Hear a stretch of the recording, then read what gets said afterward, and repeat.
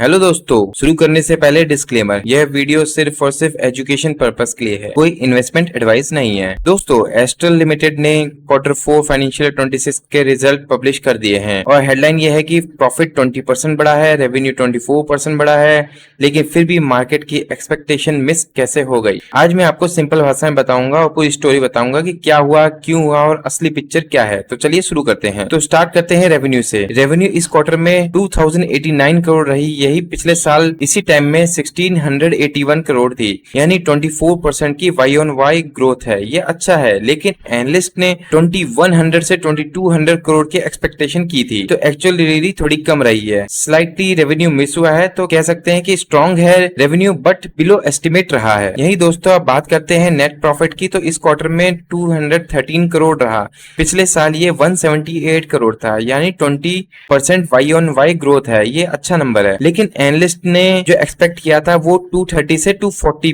Crore expect कर रहे थे, जो कि आया है 213 करोड़। ये मिस हुआ है। एनुअल प्रॉफिट की बात करें तो 535 करोड़ रहा, जो कि पिछले साल 519 करोड़ था, यानी फुल ईयर में प्रॉफिट ग्रोथ सिर्फ और सिर्फ 3% की रही और रेवेन्यू 13% बढ़ा, प्रॉफिट सिर्फ 3% बढ़ा। ये मार्जिन कंप्रेशन मार्केट एनालिस्ट को पसंद नहीं आया है एज पर द एस्टिमेट। दोस्तों, असली स्टोरी ये है कि इस क्वार्टर में दो बिल्कुल अलग चैप्टर हैं। पहला चैप्टर है पाइप सेगमेंट। आउटस्टैंडिंग रहा है। पाइप रेवेन्यू 1534 करोड़, पिछले साल ये 1227 करोड़ था, जो 25% की ग्रोथ है। इबिटा मार्जिन जो आपको 352 करोड़, 40.5% की जंप। इबिटा मार्जिन 22.9%, पिछले साल 20.4% था। वॉल्यूम 84,041 मेट्रिक टन, जो कि 24.2% वाई ऑन वाई ग्रोथ है। तो पाइप बिजनेस को रॉकेट मोड में है। जैसे कि आप देख सकते हैं पाइप सेगमेंट का चार्ट यहाँ पर बार ग्राफ में आप देख सकते हैं, पिछले साल 250 करोड़ और इस साल 352 करोड़। तो बम्पर इंक्रीमेंटल है वो 40.5% है। यही चैप्टर 2 की बात करें तो पेंट और एडेसिव, प्रॉब्लम यहीं पर है। रेवेन्यू 554 करोड़ आया है, जो कि 22% ग्रोथ है, लेकिन इबिटा मार्जिन जो 48 करोड़ है, पिछले साल 60 करोड़ था, यानी इबिटा तो -20% गिरा है रेवेन्यू बढ़ने के बावजूद। तो इबिटा मार्जिन 8.7% रहा, जो पिछले साल 13.3% था। जैसे कि आप यहाँ पे भी देख सकते हैं, पेंट इबिटा यहाँ पर आपको गिरता हुआ दिख रहा है -20% से। तो पेंट मार्जिन गिरा क्यों है दोस्तों, तो समझना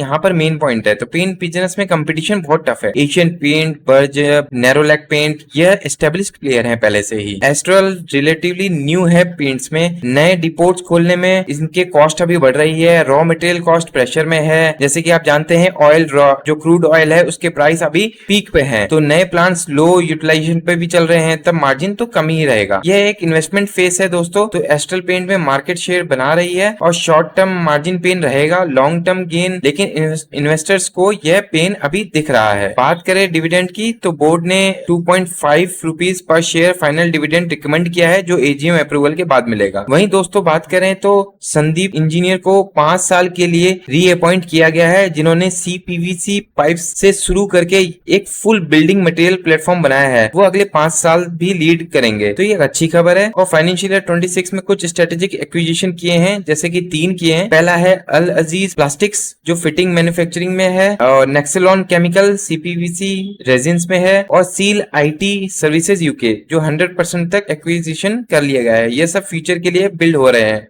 कैश और बैंक बैलेंस 943 करोड़ है, जो बैलेंस शीट स्ट्रॉन्ग दिखा रहा है। तो दोस्तों, एस्ट्रल Q4 रिजल्ट की ऑनेस्ट समरी यह है कि नंबर जो अच्छे आए हैं वो है रेवेन्यू 2089 करोड़, जो 24% की वाई ऑन वाई ग्रोथ है। प्रॉफिट 213 करोड़, जो कि 20% की वाई ऑन वाई ग्रोथ है। प्लम्बिंग सेक्शन में इबिटा मार्जिन 22.9%, जो कि एक्सीलेंट है। वॉल्यूम 24% बढ़ा है और एमडी रीअपॉइंटेड है। ये अच्छी खबर है। और जो नंबर जो कंसर्न करने वाले हैं वो एस्टिमेट मिस हुए हैं, रेवेन्यू और प्रॉफिट दोनों। पेंट सेक्शन में एबिटा मार्जिन 8.7% से 13.3% से गिरी है। Full year annual profit growth सिर्फ 3% रही है। एस्ट्रल एक स्ट्रॉन्ग पाइप बिजनेस है जो पेंट में एंट्री कर रहा है और पाइप्स एक्सीलेंट है। पेंट्स इन्वेस्टमेंट फेज में है। लॉन्ग टर्म स्टोरी इंटैक्ट है दोस्तों, लेकिन शॉर्ट टर्म में पेंट्स मार्जिन रिकवरी को ट्रैक करना इंपॉर्टेंट रहेगा। फिलहाल दोस्तों इस वीडियो में इतना ही, मिलते हैं नेक्स्ट वीडियो में दोस्तों। और भी रिजल्ट एनालिसिस के लिए चैनल सब्सक्राइब करें। तब तक के लिए बाय बाय, टेक केयर।